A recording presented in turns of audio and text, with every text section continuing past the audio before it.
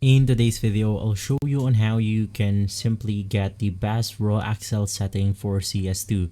Now, the first thing that you want to do is to simply head over to the settings of your mouse, and from there you want to set your DPI to 800. Now, let's navigate through Raw Accel, click on charts, click on scale by mouse setting, and then you want to set this to 800.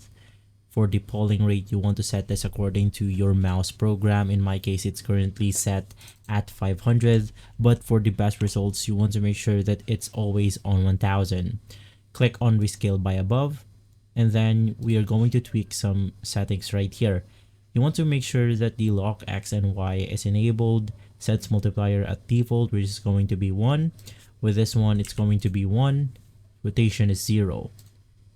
Click natural, and then click on the gain option. In here you have your decay rate, which is going to be 0.1.